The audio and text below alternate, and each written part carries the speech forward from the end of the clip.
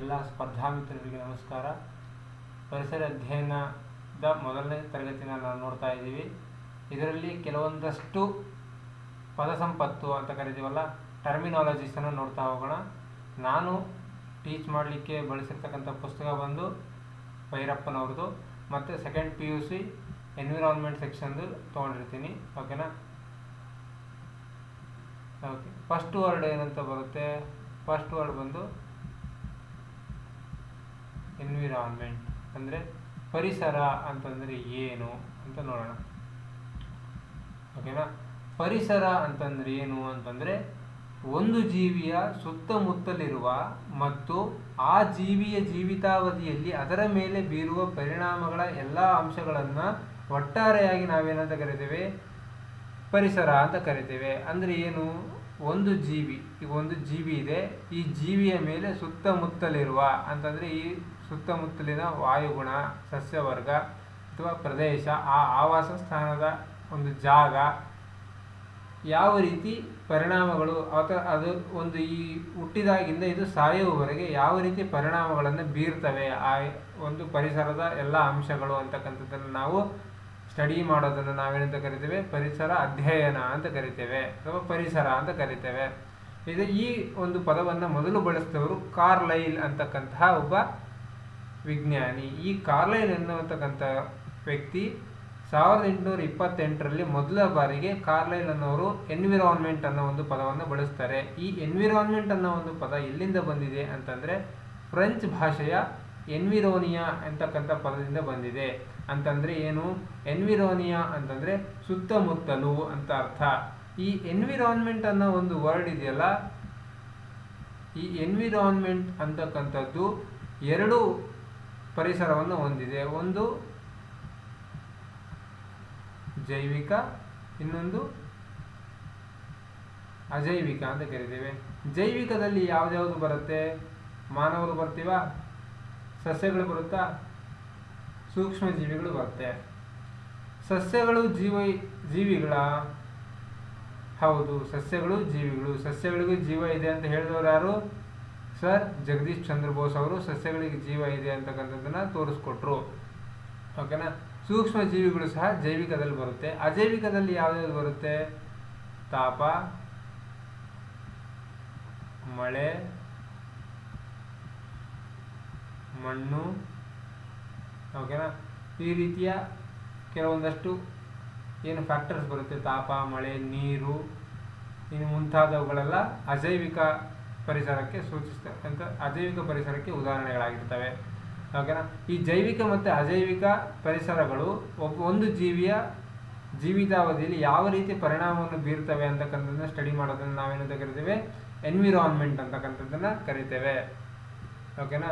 Ecology ಅಥವಾ ಪರಿಸರ ವಿಜ್ಞಾನ ಅಂತ ಇದೆ. ಎಕಾಲಜಿ ಅಂತಂದ್ರೆ ಏನು? ಸಜೀವಿಗಳೊಂದಿಗಿನ ಪರಸ್ಪರ ಸಂಬಂಧಗಳನ್ನು ಮತ್ತು ಪರಿಸರದೊಂದಿಗಿನ ಸಜೀವಿಗಳ ಸಂಬಂಧವನ್ನು ವೈಜ್ಞಾನಿಕವಾಗಿ ಅಧ್ಯಯನ ಮಾಡುವ ವಿಭಾಗ ಅಂತ ಇದೆ. ಅಂದರೆ ಏನು? ಈಗ ಒಂದು ಜೀವಿ ಇದೆ, ಈ ಒಂದು ಜೀವಿ ಇನ್ನೊಂದು ಜೀವಿಯೊಂದಿಗೆ ಯಾವ ರೀತಿಯ ಸಂಬಂಧವನ್ನು ಹೊಂದಿದೆ, ಈ ಎರಡು ಜೀವಿಗಳು ಅಥವಾ ಈ ಎರಡು ಜೀವಿಗಳು ಇದರೊಂದಿಗೆ ಯಾವ ರೀತಿ ಸಂಬಂಧ ಇದೆ, ಇದೇ ರೀತಿ ಈ ಒಂದು ಪರಿಸರ ಏನು ಸರೌಂಡಿಂಗ್ ಇದೆ, ಈ ಸರೌಂಡಿಂಗಲ್ಲಿ ಯಾವ ರೀತಿಯ ಸಂಬಂಧವನ್ನು ಹೊಂದಿದೆ ಅಂತಕ್ಕಂಥದ್ದನ್ನು ನಾವು ವೈಜ್ಞಾನಿಕವಾಗಿ, ಅಂದರೆ ಏನಂತ ಸೈಂಟಿಫಿಕ್ ಆಗಿ ಸ್ಟಡಿ ಮಾಡೋದನ್ನು ನಾವೇನಂತ ಕರಿತೀವಿ? ಎಕಾಲಜಿ ಅಂತ ಕರಿತೀವಿ. ಈ ಎಕಾಲಜಿ ಅನ್ನಕ್ಕಂಥ ಪದವನ್ನು ಫಸ್ಟಿಗೆ ಬಳಸಿದವರು ಯಾರು? ಅರ್ನೆಸ್ಟ್ ಹಿಕೆಲ್ಸ್ ಅಂತ ಕರಿತೇವೆ. ಫಾದರ್ ಆಫ್ ಎಕಾಲಜಿ ಅಂತ ಯಾರು ಅಂತ ಕರಿತೀವಿ? ಅರ್ನೆಸ್ಟ್ ಹಿಕೆಲ್ಸ್ ಅಂತ ಕರಿತೇವೆ. ಓಕೆನಾ? Ernest Haeckel is the father of ecology. ಪರಿಸರ ವಿಜ್ಞಾನದ ಪಿತಾಮಹ ಅಂತ ನಾವು ಯಾರನ್ನು ಕರಿತೀವಿ? Ernest Haeckel. ಇವರು 1866ರಲ್ಲಿ ಈ ಎಕಾಲಜಿ ಅನ್ನೋಕ್ಕಂಥ ಪದನ ತಂದರು. ಇವರು ಮೂಲತಃ ಗ್ರೀಕ್ನವರು. ಓಕೆನಾ? ಈ ಗ್ರೀಕ್ ಭಾಷೆಯ ಓಕೋಸ್ ಮತ್ತು ಲೋಗೋಸ್ ಅಂತಕ್ಕಂತಹ ಪದಗಳಿಂದ ಎಕಾಲಜಿ ಅಂತಕ್ಕಂಥ ಪದವನ್ನು ಬಳಕೆಗೆ ತಂದರು. ಓಕೋಸ್ ಅಂತಂದರೆ ಏನು? ಮನೆ ಅಥವಾ ಜೀವಿಸುವ ಸ್ಥಳ. ಓಕೆನಾ? ಮನೆಯಲ್ಲಿ ಜೀವಿಸುವವನು ಯಾರು? ಒಬ್ಬ ಜೀವಿ. ಈ ಜೀವಿ ಈ ಪರಿಸರದೊಂದಿಗೆ ಯಾವ ರೀತಿ ಬದುಕ್ತಾನೆ ಅಂತಕ್ಕಂಥದ್ದನ್ನು ಲೋಗಾಸ್ ಅಧ್ಯಯನ ಮಾಡುವುದನ್ನು ನಾವೇನಂತ ಕರಿತೀವಿ? ಎಕಾಲಜಿ ಅಂತ ಕರಿತೇವೆ. ಓಕೆನಾ? ಇನ್ನೊಂದು ಇದೇ ರೀತಿ ಸಿಂಪಲ್ ಆಗಿ ಪರಿಸರ ವಿಜ್ಞಾನ ಅಥವಾ ಎಕಾಲಜಿಯನ್ನು ಎಷ್ಟು ಸಿಂಪಲ್ ಆಗಿ ಹೇಳ್ಬೋದು ಡೆಫಿನೇಷನ್ ಅನ್ನೋದನ್ನು ನೋಡ್ರಿ. ಜೀವಿಯನ್ನು ಅದರ ಸುತ್ತಮುತ್ತಲಿನ ಪರಿಸರದೊಂದಿಗೆ ವೈಜ್ಞಾನಿಕವಾಗಿ ಅಧ್ಯಯನ ಮಾಡುವುದು ಎಕಾಲಜಿ. ಅಂದ್ರೆ ಏನು? ಒಂದು ಜೀವಿಯನ್ನು ಅದರ ಸುತ್ತಮುತ್ತಲಿನ ಪರಿಸರದೊಂದಿಗೆ ವೈಜ್ಞಾನಿಕವಾಗಿ ಅಧ್ಯಯನ ಮಾಡುವುದನ್ನು ನಾವೇನಂತ ಕರಿತೇವೆ? ಎಕಾಲಜಿ ಅಂತ ಕರಿತೇವೆ. ಓಕೆನಾ? ಓಕೆ. ನೆಕ್ಸ್ಟ್ ಕೀ ಫ್ಯಾಕ್ಟರ್ ಬಂದು ಅಥವಾ ನೆಕ್ಸ್ಟ್ ಟರ್ಮಿನಾಲಜಿ ಬಂದು ಪ್ರಭೇದಗಳು. ಇದನ್ನು ಇಂಗ್ಲೀಷಲ್ಲಿ ಏನಂತ ಕರಿತೀವಿ? ಸ್ಪೀಶೀಸ್ ಅಂತ ಕರಿತೇವೆ. ಸ್ಪೀಶೀಸ್ ಅಂದರೆ ಏನು? ವಂಶವಾಹಿಗಳನ್ನು ವಿನಿಮಯ ಮಾಡಬಹುದಾದ ಅಥವಾ ತಳಿಯನ್ನು ಮಿಶ್ರ ಮಾಡಬಹುದಾದ ನೈಸರ್ಗಿಕ ಸಾಮರ್ಥ್ಯವಿರುವ ಒಂದು ಜೀವಿಗಳ ಗುಂಪು. ಅಂತಂದ್ರೆ ಏನು? ವಂಶವಾಹಿಗಳನ್ನು ವಿನಿಮಯ ಮಾಡಬಹುದಾದ ಅಂತಂದ್ರೆ ಏನು? ಈಗ ಒಬ್ಬ ಮಾನವರಲ್ಲಿ ಗಂಡು ಮಗ ಒಂದು ರೀತಿ ಕ್ಯಾರೆಕ್ಟರ್ಸನ್ನು ಹೊಂದಿರ್ತಾನೆ, ಒಂದು ರೀತಿ ಚಾರಿತ್ರ್ಯವನ್ನು ಹೊಂದಿರ್ತಾನೆ. ಹೆಣ್ಣು ಕೂಡ ಕೆಲವೊಂದಷ್ಟು ಲಕ್ಷಣಗಳನ್ನು ಹೊಂದಿರ್ತಾರೆ. ಓಕೆನಾ? ಇವರಿಬ್ಬರಿಂದ ಬರ್ತಕ್ಕಂತಹ ಒಂದು ಆಫ್ಸ್ಪ್ರಿಂಗ್ ಅಥವಾ ನೆಕ್ಸ್ಟ್ ಜನರೇಷನ್ ಅಂತ ತಗೊಳ್ರಿ, ನೆಕ್ಸ್ಟ್ ಸಂತಾನ ಏನಾಗಿರುತ್ತೆ? ಅಥವಾ ಹುಡುಗನ ಕ್ಯಾರೆಕ್ಟರ್ ಅಥವಾ ಗಂಡಸಿನ ಕ್ಯಾರೆಕ್ಟರ್ನಾರು ಹೊಂದಿರುತ್ತೆ ಅಥವಾ ಹೆಣ್ಣಿನ ಕ್ಯಾರೆಕ್ಟರ್ನ ಹೊಂದಿರುತ್ತೆ. ಒಂದಷ್ಟು ಚಾರಿತ್ರ್ಯವನ್ನು ಜತನವಾಗಿ ಕಾಪಾಡ್ಕೊಂಡು ಬಂದಿರ್ತಾರೆ ವಂಶದಿಂದ ವಂಶಕ್ಕೆ. ಇದನ್ನು ನಾವೇನು ಕರಿತೀವಿ? ವಂಶವಾಹಿಗಳು ಅಂತ ಕರಿತೇವೆ. ಓಕೆನಾ? ಇದನ್ನು ಮಾಡಬಹುದಾದ ಅಥವಾ ತಳಿಯನ್ನು ಮಿಶ್ರ ಮಾಡಬಹುದಾದ ನೈಸರ್ಗಿಕ ಸಾಮರ್ಥ್ಯವಿರುವ ಒಂದೇ ಜೀವಿಗಳ ಗುಂಪು. ಅಂದರೆ ಹೆಂಗೆ? ಈಗ ನೋಡ್ರಿ, ಗಂಡು ಕತ್ತೆ ಪ್ಲಸ್ ಹೆಣ್ಣು ಕುದುರೆ ಇವೆರಡನ್ನು ಮಿಶ್ರ ಮಾಡಿದಾಗ ನಮಗೆ ಹೇಸರಗತ್ತೆ ಬರುತ್ತೆ. ಅಂದರೆ ಏನು? ಇವೆರಡು ಸಂಭೋಗ ಹೊಂದಿ ನಮಗೇನು ಬರುತ್ತೆ? ಹೇಸರಗತ್ತೆ ಬರುತ್ತೆ, ಹುಟ್ಟತ್ತೆ. ಈ ಹೇಸರಗತ್ತೆ ತಳಿ ಮಿಶ್ರ ಮಾಡಿದಾಗ ಬಂದಂತಹ ಒಂದು ಪ್ರಾಡಕ್ಟ್ ಆಗಿರುತ್ತೆ. ಅಥವಾ ಹೌದಾ? ತಳಿ ಮಿಶ್ರದಿಂದ ಬಂದಿರತಕ್ಕಂಥ ಪ್ರಾಡಕ್ಟ್ ಹೇಸರಗತ್ತೆ ಆಗಿದೆ. ಸೊ ಏನಂತ ಅರ್ಥ ಮಾಡ್ಕೋಬಹುದು? ತಳಿಯನ್ನು ಮಿಶ್ರ ಮಾಡಬಹುದಾದ ನೈಸರ್ಗಿಕ ಸಾಮರ್ಥ್ಯವಿರುವ ಒಂದೇ ಜೀವಿಗಳ ಗುಂಪು. ಅಂದರೆ ಇದು ಏನು ಬರುತ್ತೆ? ಜೀನಸ್ ಅಂದರೆ ಜಾತಿ ಸೇಮ್ ಇದೆ. ಓಕೆನಾ? ಏನು ಬರುತ್ತೆ? ಪ್ರಭೇದ, ಜಾತಿ, ಕುಟುಂಬ, ಈ ರೀತಿ ಒಂದಷ್ಟು ಆರ್ಡರ್ ಬರ್ತಾ ಹೋಗುತ್ತೆ. ಈ ಆರ್ಡರ್ ನೋಡ್ತಾ ಹೋದಾಗ ಇಲ್ಲಿ ಜಾತಿಯಲ್ಲಿ ಕತ್ತೆ ಮತ್ತು ಕುದುರೆ ಒಂದೇ ಜಾತಿಗೆ ಬರೋ ಕಾರಣ ನೈಸರ್ಗಿಕವಾಗಿ ತಳಿ ಮಿಶ್ರ ಮಾಡಬಹುದಾದ ಸಾಧ್ಯತೆಗಳಿವೆ ಅಂತ ಹೇಳ್ತೇನೆ. ಅದಾದ ನಂತರ ಏನಿದೆ? ಪ್ರಭೇದದ ಎರಡು ಜೀವಿಗಳು ನೈಸರ್ಗಿಕವಾಗಿ ಸಂತಾನೋತ್ಪತ್ತಿ ಕ್ರಿಯೆಯಿಂದ ಮತ್ತೊಂದು ಜೀವಿಯನ್ನು ಉಂಟು ಮಾಡಬಲ್ಲವು. ಅಂದರೆ ಏನು? ಪ್ರಭೇದದ ಎರಡು ಜೀವಿ ಅಂದರೆ ನಾವು ಯಾವ ಪ್ರಭೇದಕ್ಕೆ ಸೇರ್ತೇವೆ? ಸೇಪಿಯನ್ಸ್ ಅಂತ ಕರಿತೇವೆ. ಹೌದಾ? ಮಾನವರೆಲ್ಲ ಏನಂತ ಕರೀತಾರೆ? ಮೀನ್ಸ್ ಮಾನವರನ್ನ ದ್ವಿನಾಮ ನಾಮಕರಣದಲ್ಲಿ ಏನಂತ ಕರಿತೇವೆ ನಾವು? Homo sapiens. ಇದರಲ್ಲಿ ಗಂಡು ಮತ್ತು ಹೆಣ್ಣು ಬರುತ್ತಲ್ವಾ? ಈ ಸೇಪಿಯನ್ಸ್ ಪ್ರಭೇದದಲ್ಲಿ ಗಂಡು ಮತ್ತು ಹೆಣ್ಣು ಬಂದು ಇವು ನೈಸರ್ಗಿಕವಾಗಿ ಮತ್ತೊಂದು ಜೀವಿಯನ್ನು ಉಂಟು ಮಾಡಬಲ್ಲದು. ಹೌದಾ?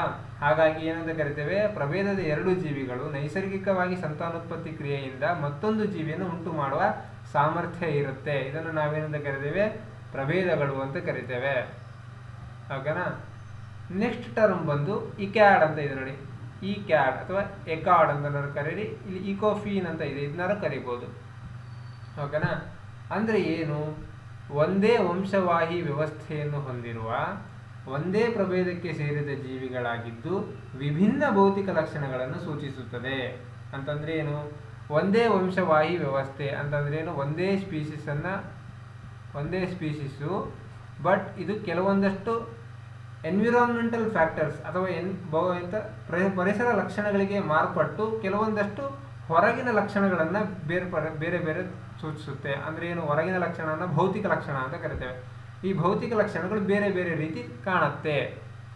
ಓಕೆನಾ? ಇದನ್ನು ನಾವೇನಂತ ಕರಿತೀವಿ? ಇಕ್ಯಾಡ್ ಅಂತ ಕರಿತೀವಿ. ಇಲ್ಲಿ ನೋಡ್ರಿ, ಇದೊಂದು ಗಿಡ ಹಾಕಿದ್ದೀನಿ ಇಲ್ಲಿ, ಡೈಕಾಂಥಿಯಂ ಕಾರಿಕೋಸಮ್ ಅಂತ ಇದು ಗಿಡದ ಹೆಸರು. ಅಂದರೆ ವೈಜ್ಞಾನಿಕ ನಾಮಕರಣ. ಓಕೆನಾ? ಬಯೋಲಾಜಿಕಲ್ ನಾಮಿಕ್ಯುಲೇಚರಲ್ಲಿ ದ್ವಿನಾಮ ನಾಮಕರಣದಲ್ಲಿ ಡೈಕಾಂಥಿಯಂ ಕಾರಿಕೋಸಮ್ ಅನ್ನೋ ಗಿಡ. ಇದು ಜನರಲ್ ಆಗಿ ನೀವು ಹೊಲಗಳಲ್ಲಿ ನೋಡಿರ್ತೀರ, ಹುಲ್ಲಾಗಿ ಬೆಳೆದಿರುತ್ತೆ, ಹುಲ್ಸಾಗಿ. ಎಲ್ಲಿ ಹುಲಸಾಗಿ ಬೆಳೆದಿರುತ್ತೆ ಇದು ಅಂತಂದರೆ ಹುಲ್ಲುಗಾವಲುಗಳಲ್ಲಿ ಅತಿ ಹೆಚ್ಚಾಗಿ ಬೆಳೆದಿರ್ತಾ ಹೋಗುತ್ತೆ. ಬಟ್ ಇಲ್ಲಿ ನಡೆದಕ್ಕಂಥ ಕಾಲು ಹಾದಿ ಅಥವಾ ಮಾಮೂಲು ಹೊಲಗಳಲ್ಲಿ ಅಲ್ಲಲ್ಲಿ ಕಾಣುತ್ತೆ. ಹೌದಾ? ಈ ರೀತಿ ಕೆಲವು ಗಿಡಗಳನ್ನು ಏನಂತ ಕರಿತೇವೆ ನಾವು, ಈ ಕ್ಯಾಡಲ್ಲಿ ಬರುತ್ತೆ. ಹೆಂಗೆ ಕೆಲವೊಂದಷ್ಟು ಈ ಗಿಡಗಳು ಎಲ್ಲಿ ಹುಲ್ಲುಸಾಗಿ ಬೆಳೆಯುತ್ತೆ, ಎಲ್ಲಿ ಮತ್ತೆ ಕಡಿಮೆ ಬೆಳೆಯುತ್ತೆ ಅಂತಕ್ಕಂಥದ್ದನ್ನು ನಾವು ಭೌತಿಕ ಲಕ್ಷಣಗಳಿಗೆ ಅರ್ಥ ಮಾಡ್ಕೊಂಡು ಹೋಗ್ತೀವಿ. ಈ ಗಟ್ಟಿ ನೆಲದಲ್ಲಿ ಅತಿಯಾಗಿ ಹುಲುಸಾಗಿ ಬೆಳೆಯಕ್ಕಂಥ ಈ ಡೈಕಾಂಥಿಯಂ ಕಾರಿಕೋಸಮ್ ಮೆದುವಾದ ಅಥವಾ ನೀರಿನಲ್ಲಿ ಬೆಳೆಯೋದಿಲ್ಲ ಅಲ್ವಾ. ಇದನ್ನು ನಾವೇನಂತ ಕರಿತೀವಿ, ಇಕ್ಯಾಡ್ ಅಂತ ಕರಿತೀವಿ. ಈ ಇಕ್ಯಾಡಲ್ಲಿ ಕೆಲವೊಂದಷ್ಟು ಪಾಯಿಂಟ್ಸ್ ಬರುತ್ತೆ ನೋಡಿ. ಇವು ಪರಿಸರದ ಪ್ರಭಾವದಿಂದ ಬದಲಾವಣೆ ಹೊಂದುತ್ತದೆ. ಪರಿಸರದ ಪ್ರಭಾವ ಅಂದರೆ ಏನು? ಇಲ್ಲಿ ನೋಡ್ರಿ, ಅತಿಯಾದ ಗಟ್ಟಿ ಅಂತಂದ್ರೆ ಏನು, ಇಲ್ಲಿ ನೀರಿನ ಅಂಶ ಅತಿ ಕಡಿಮೆ ಇರುತ್ತೆ. ಮತ್ತು ನೀರು ಎಷ್ಟು ಪ್ರಮಾಣದಲ್ಲಿ ಬೇಕೋ ಅಷ್ಟು ಪ್ರಮಾಣದಲ್ಲಿ ಇದಕ್ಕೆ ರೀಚ್ ಆಗುತ್ತೆ ಅಂತ ಅರ್ಥ. ಓಕೆನಾ? ಅದೇ ರೀತಿ ಅತಿಯಾದ ನೀರಿನಲ್ಲಿರ್ತಕ್ಕಂಥ ಗಿಡಗಳು ಅಲ್ಲಿ ಆ ಪ್ರಭಾವಕ್ಕೆ ಅಥವಾ ಆ ಪರಿಣಾಮಕ್ಕೆ ಹೊಂದಿಕೊಂಡಿರ್ತವೆ. ಈ ಗಿಡಗಳು ಅಲ್ಲಿ ಹೊಂದಿಕೊಳ್ಳದ ಕಾರಣ ಅಷ್ಟು ಹುಲುಸಾಗಿ ಬೆಳೆಯುವುದಿಲ್ಲ. ಕೆಲವೊಂದಷ್ಟು ಹುಟ್ಟಿದ್ರೂ ಕೆಲವೊಂದಷ್ಟು ದಿನಕ್ಕೆ ಕೊಳ್ತೋಗುತ್ತೆ. ಓಕೆನಾ? ಮತ್ತು ಏನು, ಇವು ಶಾರೀರಿಕ ಮತ್ತು ತಾತ್ಕಾಲಿಕ ಮಾರ್ಪಾಡುಗಳಾಗಿರುತ್ತವೆ. ಯಾಕೆ ಶಾರೀರಿಕ ಮತ್ತು ತಾತ್ಕಾಲಿಕ ಮಾರ್ಪಾಡುಗಳು ಯಾಕೆ ಅಂತಂದರೆ, ಈ ನೀರು ತುಂಬಿಕೊಂಡಿದ್ದಂಥದ್ದು ಮತ್ತೆ ಡ್ರೈ ಔಟ್ ಆದರೆ ಅಥವಾ ಈ ನೀರೆಲ್ಲ ಎವಾಪರೇಟ್ ಆದಮೇಲೆ ಮತ್ತೆ ಅದು ನೆಲ ಗಟ್ಟಿನೇ ಆಗುತ್ತಲ್ವಾ, ಅವಾಗ ಮತ್ತೆ ಈ ಒಂದು ಡೈಕಾಂಥಿಯಂ ಕಾರಿಕೋಸಮ್ ಮತ್ತೆ ಬೆಳೆಯುತ್ತೆ ಹುಲುಸಾಗಿ. ಆ ರೀತಿ. ಓಕೆನಾ? ಮತ್ತೆ ಪರಿಸರ ಬದಲಿಸಿದಾಗ ಬದಲಾಗುತ್ತದೆ. ಅಂದರೆ ಏನು, ಇದೆಲ್ಲ ಒಣಗಿದಾಗ ಮತ್ತೆ ಬೆಳೆಯುತ್ತೆ ಅಂತಕ್ಕಂಥದ್ದು. ಇದು ನೋಡ್ರಿ, ಉದಾಹರಣೆ ಕೊಟ್ಟಿದ್ದೀನಿ. ಡೈಕಾಂಥಿಯಂ ಕಾರಿಕೋಸಮ್ ಹುಲ್ಲುಗಾವಲಲ್ಲಿ ಬೆಳೆಯುವ ಸಸ್ಯ. ಗಟ್ಟಿ ನೆಲದಲ್ಲಿ ವಿಶಾಲವಾಗಿ ಬೆಳೆದು ಕಾಲು ಹಾದಿಯಲ್ಲಿ ಅಷ್ಟಾಗಿ ಬೆಳೆದಿರುವುದಿಲ್ಲ. ಓಕೆನಾ? ಇಲ್ಲಿ ನೋಡಿ, ಎಕೋಟೈಪ್ ಅಂತ ಒಂದು ವರ್ಡ್ ಇದೆ.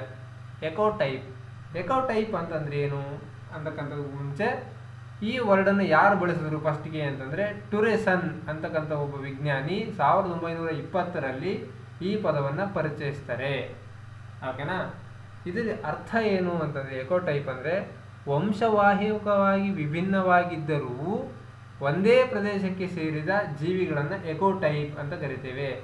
ವಂಶವಾಹಿಕವಾಗಿ ವಿಭಿನ್ನ ಅಂತಂದರೆ ಹೆಂಗೆ ಅಂತಂದರೆ, ಈಗ ಒಂದು ಜೀವಿ ಒಂದು ಪ್ರದೇಶಕ್ಕೆ ಮಾತ್ರ ಸೀಮಿತವಾಗಿ ಹೋಗ್ಬಿಟ್ಟಿದೆ. ಈ ಜೀವಿ ಒಂದು ಪ್ರದೇಶಕ್ಕೆ ಸೀಮಿತವಾಗಿದೆ. ನೆಕ್ಸ್ಟ್ ಮುಂದಿನ ಪ್ರದೇಶಕ್ಕೆ ಹೋದರೆ ಅದರ ಒಂದು ಲಕ್ಷಣಗಳು ಬದಲಾಗೋದಿಲ್ಲ. ಈಗ ನಾನು ಅಂತಂದರೆ ನಾವು ಎಲ್ಲ ಯಾವ ರೀತಿ, ಒಂದು ಚೈನೀಸ್ ತೊಗೊಳ್ರಿ. ಈ ಚೀನಾದವ್ರು ಇದ್ದಾರೆ ಅಂದರೆ ಅವರ ಒಂದು ಮುಖಭಾವ ನಿಮಗೆ ಗೊತ್ತಿರುತ್ತೆ. ಇವರು ಎಲ್ಲೇ ಹೋದರೂ ಕೂಡ ಅವರ ಮುಖಭಾವ ಅದೇ ರೀತಿ ಇರುತ್ತೆ, ಚೇಂಜ್ ಆಗೋದಿಲ್ಲ ಅಲ್ವಾ.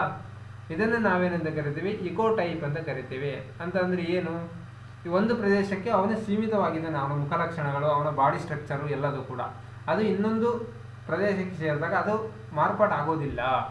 ಇದನ್ನೇ ನಾವು ಹೇಳೋದು. ಇದು ಶಾಶ್ವತ ಹೊಂದಾಣಿಕೆಗಳಾಗಿದ್ದರಿಂದ ಮಾರ್ಪಾಟು ಸಾಧ್ಯವಿಲ್ಲ.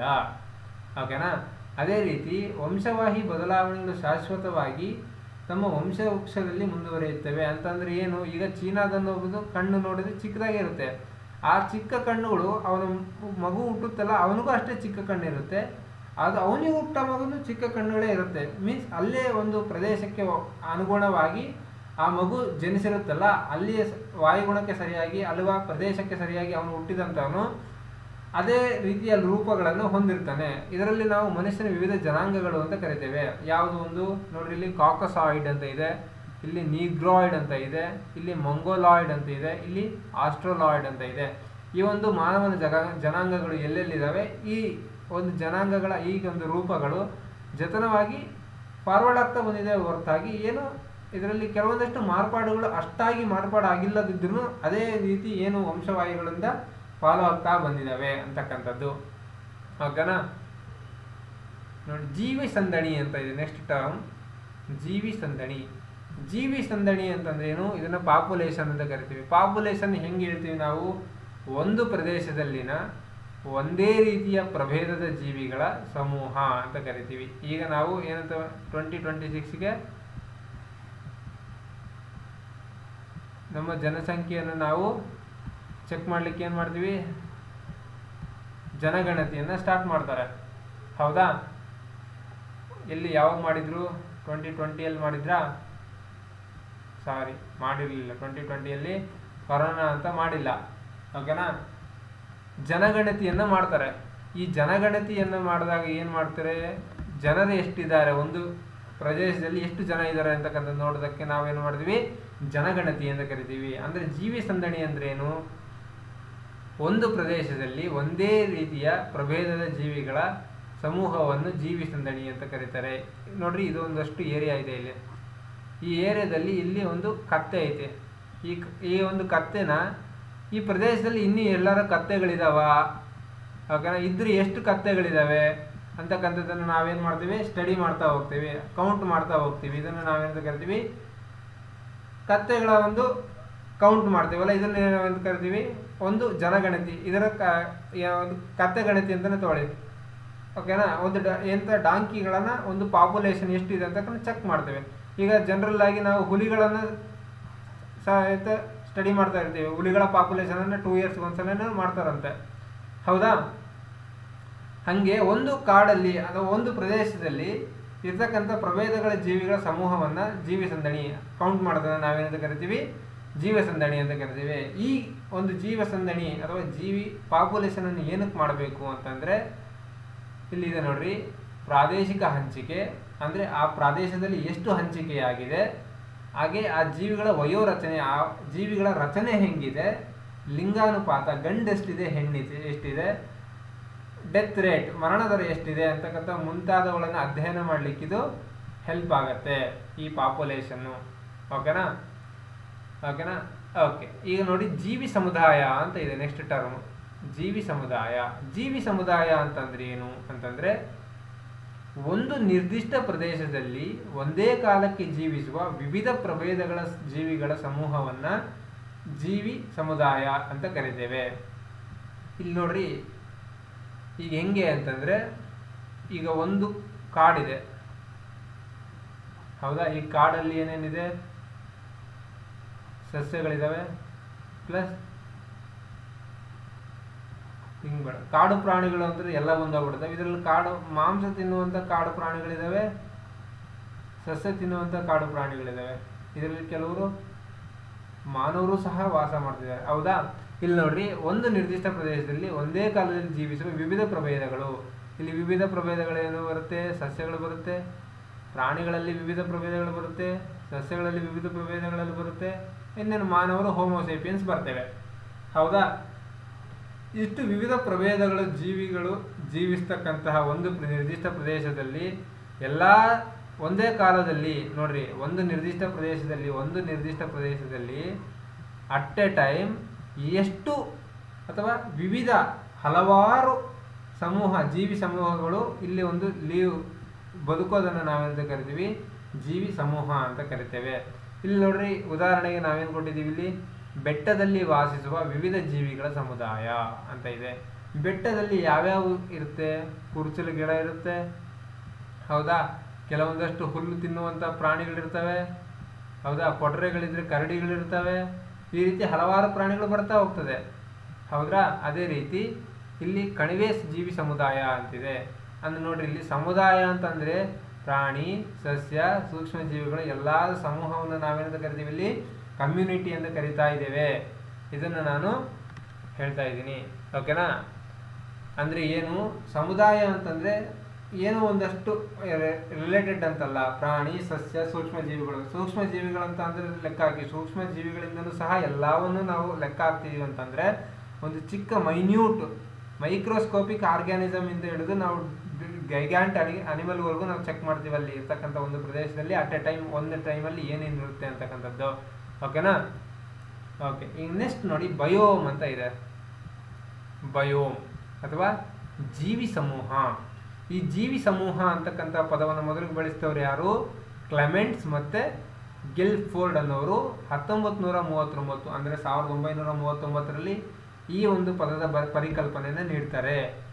ಅಂದರೆ ಏನು ಅಂತಂದರೆ, ಇದು ಬಯೋಮ್ ಅಂದರೆ ಹಲವು ಸಮುದಾಯಗಳ ಸಂಕೀರ್ಣವಾಗಿದ್ದು ಭಿನ್ನ ವಿಧಗಳ ಸಸ್ಯ ಸಂಕುಲ, ಪ್ರಾಣಿ ಸಂಕುಲ ಹಂಚಿಕೊಂಡಿರುವ ಒಂದೇ ರೀತಿಯ ವಾಯುಗುಣವನ್ನು ಪ್ರತಿನಿಧಿಸುವ ಪ್ರದೇಶ. ಅಂತಂದರೆ ಏನು, ಈಗ ನೋಡ್ರಿ, ಇದೊಂದು ಹುಲ್ಲುಗಾವಲು ಪ್ರದೇಶ ಅಂತ ತಗೊಳ್ಳಿ, ಹೌದಾ. ಇದರಲ್ಲಿ ಬೆಟ್ಟನೂ ಇದೆ, ಕಣಿವೆನೂ ಇದೆ, ಓಕೆ, ಇಲ್ಲಿ ಒಂದು ನದಿ ಇದೆ, ಎಲ್ಲ ಇದೆ ಅಂತ ತಗೊಳ್ರಪ್ಪ. ಈ ಬೆಟ್ಟದಲ್ಲಿ ವಾಸಿಸತಕ್ಕಂತಹ ಜೀವಿ ಜೀವಿಗಳ ಸಮುದಾಯ, ಮತ್ತು ಕಣಿವೆಯಲ್ಲಿರ್ತಕ್ಕಂತಹ ಪ್ರಾಣಿಗಳ ಜೀವಿಗಳ ಸಮುದಾಯ, ಮತ್ತು ನದಿಯಲ್ಲಿರ್ತಕ್ಕಂಥ ಜೀವಿಗಳ ಸಮುದಾಯ ಎಲ್ಲವೂ ಕೂಡ ಒಂದೇ ಪ್ರದೇಶದಲ್ಲಿ ಅಥವಾ ಒಂದೇ ವಾಯುಗುಣವನ್ನು ಹೊಂದಿರತಕ್ಕಂಥ ಪ್ರದೇಶದಲ್ಲಿ ಕಾಂಪ್ಲೆಕ್ಸ್ ಆಗಿ ಇರುತ್ತೆ. ಈ ಒಂದು ಕಾಂಪ್ಲೆಕ್ಸ್ ಆಗಿರ್ತಕ್ಕಂಥ ಪ್ರದೇಶ ನಾವೇನಂತ ಕರಿತೇವೆ? ಬಯೋಮ್ ಅಂತ ಕರಿತೇವೆ. ಅಂದ್ರೆ ನೋಡ್ರಿ, ಒಂದೇ ರೀತಿ ವಾಯುಗುಣದಲ್ಲಿ ಕಂಡುಬರುವ ಸಮುದಾಯಗಳನ್ನು ಒಟ್ಟಾರೆಯಾಗಿ ನಾವೇನಂತ ಕರಿತೇವೆ? ಬಯೋಮ್ ಅಂತ ಕರಿತೇವೆ. ಅಂದ್ರೆ ಏನು? ಒಂದೇ ರೀತಿ ವಾಯುಗುಣ ಇಲ್ಲೆಲ್ಲ ಇದೆ, ಇದರಲ್ಲಿ ಬೆಟ್ಟನೂ ಇದೆ, ಕಣಿವೆನೂ ಇದೆ, ನದಿನೂ ಇದೆ, ಇವೆಲ್ಲ ಪ್ರಾಕೃತಿಕ ಏನು ಕರಿತೀವಿ? ಪ್ರಾಕೃತಿಕ ಭಾಗಗಳು. ಮೀನ್ಸ್ ಏನಂತ ಇದು ಬೆಟ್ಟನೂ ಇರುತ್ತೆ, ಕಣಿವೆನೂ ಇರುತ್ತೆ, ಪ್ರಾಕೃತಿಕವಾಗಿ ಅವೆಲ್ಲ ರೂಪುಗೊಂಡಿರ್ತಕ್ಕಂಥವು. ಹೌದಾ? ಇಲ್ಲಿ ಒಂದು ಕೆರೆ ಇದೆ ಅಥವಾ ನದಿ ಇದೆ ಅಂತ ತಗೊಳ್ರಿ, ಈ ರೀತಿ ರೀ. ಓಕೆನಾ? ಓಕೆ.